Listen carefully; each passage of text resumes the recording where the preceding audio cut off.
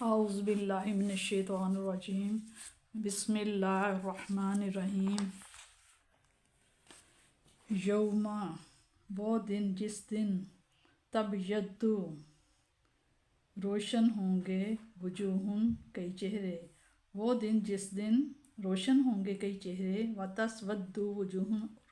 کچھ سیاہ ہوں گے چہرے، کچھ روشن ہوں گے کچھ کالے ہوں گے چہرے۔ وَأَمَّا الَّذِينَ، اور وہ لوگ جو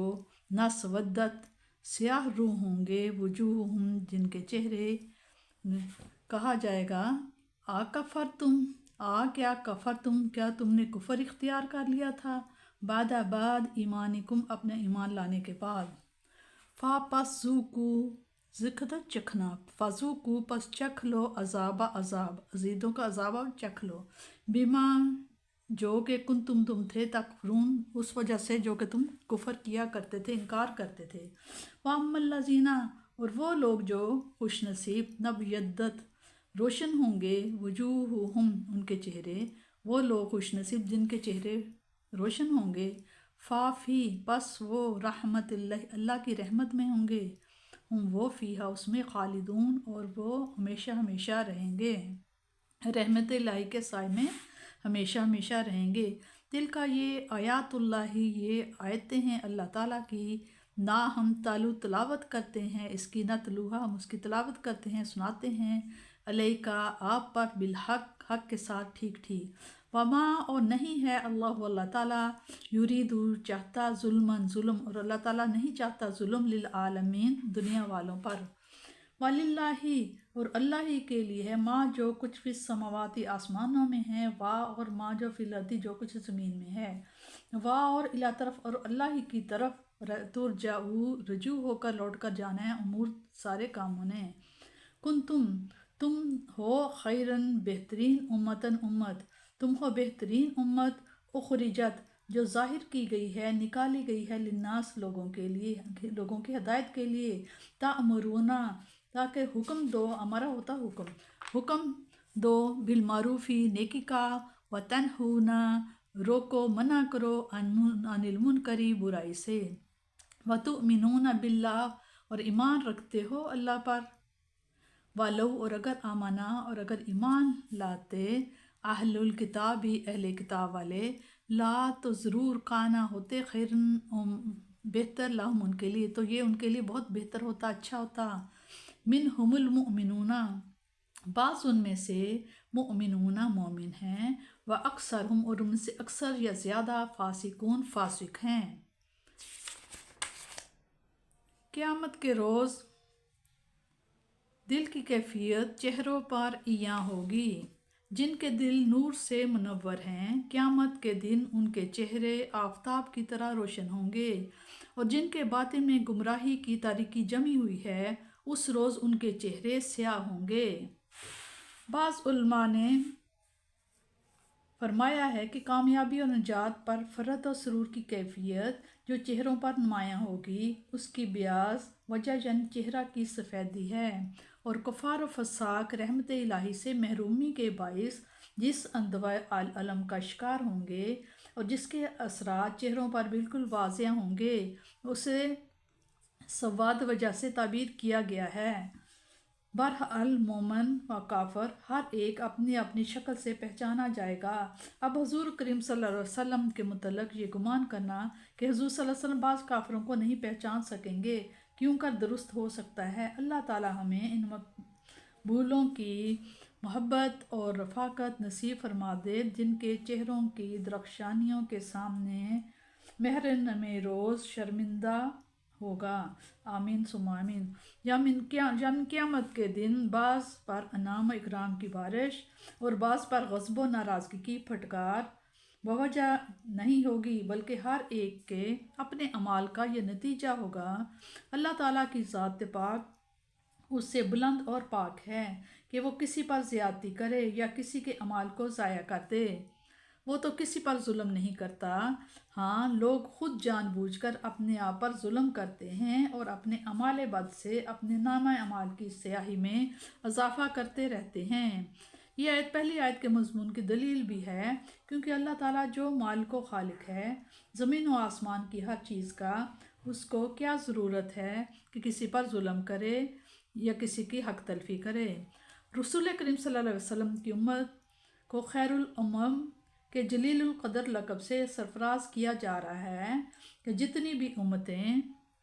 آج تک صفحہ ہستی پر ظاہر ہوئی ہیں ان سب سے تم بہتر ہو، کیونکہ تمہاری زندگی کا مقصد بڑا پاکیزہ، بہت بلند ہے۔ تم اس لیے زندہ ہو اور اس لیے کشاں ہو کہ حق کا بول بالا ہو، ہدایت کی روشنی پھیلے، گمراہی کے ظلم کافور ہو، باطل کا طلسم ٹوٹے اور اخلاق کے حسنہ کو قبولیت حاصل ہو۔ وہ حیوانی رسم و رواج جنہوں نے طاقتور کو ظالم اور کمزور کو مظلوم، فاقہ مست بنا رکھا ہے، مٹ جائیں، اور اس کے ساتھ ساتھ سب سے بڑی صداقت یعنی توحید پر تم خود بھی ایمان لا چکے ہو اور دوسروں کو بھی اس کے قبول کرنے کی دعوت دیتے ہو۔ اگرچہ پہلی امتیں بھی امر بالمعروف نہی عن المنکر اور ایمان باللہ سے مشرف تھیں، لیکن جو شان تمہارے امر بالمعروف کی ہے، جو جلال تمہارے نہی عن المنکر میں ہے، اور جو گرانی اور کمال تمہارے ایمان باللہ میں ہے، وہ تم سے پہلے کسی امت کو نصیب نہیں ہوا۔ نیز جس ہمت، خلوص اور سرفروشی سے تم نے اس بار امانت کو اٹھایا ہے، یوں آج تک کوئی نہ اٹھا سکا، اس لیے تم اس کے جائز مستحق ہو کہ اقوام عالم کی بھری محفل میں تمہارے سر پر افضلیت کا تاج رکھا جائے۔ ان وجوہات کے علاوہ حضور صلی اللہ علیہ وسلم کی امت کے خیر الامم ہونے کی ایک اور وجہ بھی ہے جو اس آیت میں مذکور ہے، یعنی دوسری قوموں کے فیضان ہدایت سے ایک محدود علاقہ، ایک مخصوص قوم، وہ بھی ایک مقررہ وقت تک مستفیض ہو سکتی تھی، لیکن تمہارا ابر کرم بحر و بر، نشیب و فراز، سیاہ و سفید، نزدیک و دور ہر خطہ پر برسے گا اور ہر خطہ کے پیاسوں کی پیاس بجھائے گا۔ تمہاری برکتیں صرف اپنے لیے اور صرف اپنوں کے لیے نہیں بلکہ سب کے لیے ہیں، اور یہ وہ شرف ہے جو کسی کو پہلے حاصل نہیں ہوا، یہ وہ جود و سخا ہے جو کسی کو پہلے دنیا متعارف نہیں ہوئی۔ اگر یہ فرض کر لیا جائے کہ وہ لوگ جو اس اعزاز سے سب سے پہلے مشرف کیے گئے وہ تو خود غاصب تھے، جبر و تشدد ان کا شیوا تھا، معصوموں کے اموال ضبط کرنا ان کا دستور تھا، اور جو غاصب نہیں تھے بلکہ دوسروں کے جبر و تشدد کا شکار تھے، وہ جرأت و شجاعت سے محروم تھے۔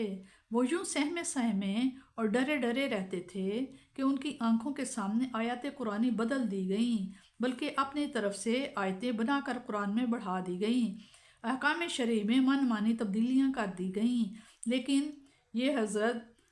ٹس سے مس نہ ہوئے۔ کیا ایسی امت جس کا ایک طبقہ غاصب اور جابر ہو اور دوسرا طبقہ ڈرپوک اور بے حس ہو گیا ہو، وہ امت اس قابل ہے کہ اسے ایک شریف قوم بھی کہا جائے؟ چاہے کہ اسے خیر الامم کے منصب پر فائز کیا جائے۔ اس صورت میں یا تو یہ تسلیم کرنا پڑے گا کہ خدا کو ان کے باطن کا یا اس کے مستقبل کا علم نہ تھا، اور ناواقفی اور بے علمی کی وجہ سے ان کو یہ اعزاز بخشا جو اس کے قطعاً اہل نہ تھے، اور یہ ماننا پڑے گا کہ جانتا تو تھا لیکن اس کی خوشامد کر کے کام نکالنا چاہتا تھا، نعوذ باللہ۔ اور اگر یہ دونوں احتمال غلط ہیں اور یقیناً غلط ہیں تو یہ یقین کرنا پڑے گا کہ حضور صلی اللہ علیہ وسلم کے صحابہ کرام کے خلاف جو ہرزہ سرائی کی جاتی ہے وہ جھوٹ ہے اور محض جھوٹ ہے، اور اسلام کے دشمنوں کی اسلام کے خلاف ایک گہری سازش ہے۔ یہود و نصارہ کو یہ خدشہ تھا کہ اگر انہوں نے اسلام قبول کر لیا تو ان کی سیاست اور چدراہٹ ختم ہو جائے گی، اور مالی لحاظ سے بھی انہیں سخت نقصان اٹھانا پڑے گا، اسی لیے جاننے پہچاننے کے باوجود بھی وہ انکار پر مصر تھے۔ اللہ جل نے فرماتے ہیں کہ یہ صرف ان کی غلط اندیشیاں ہیں، ان کی بہتری اور سعادت دارین تو اس اس میں تھی کہ وہ حق کو قبول کر لیتے، دنیا میں بھی عزت و وقار نصیب ہوتا اور آخرت میں بھی دوہرا اجر پاتے۔ لیکن اس روشن حقیقت کو بہر قلیل تعداد کے کسی نے نہ سمجھا کہ سچی اور دائمی عزت حق کو تسلیم کرنے سے ہی ہے۔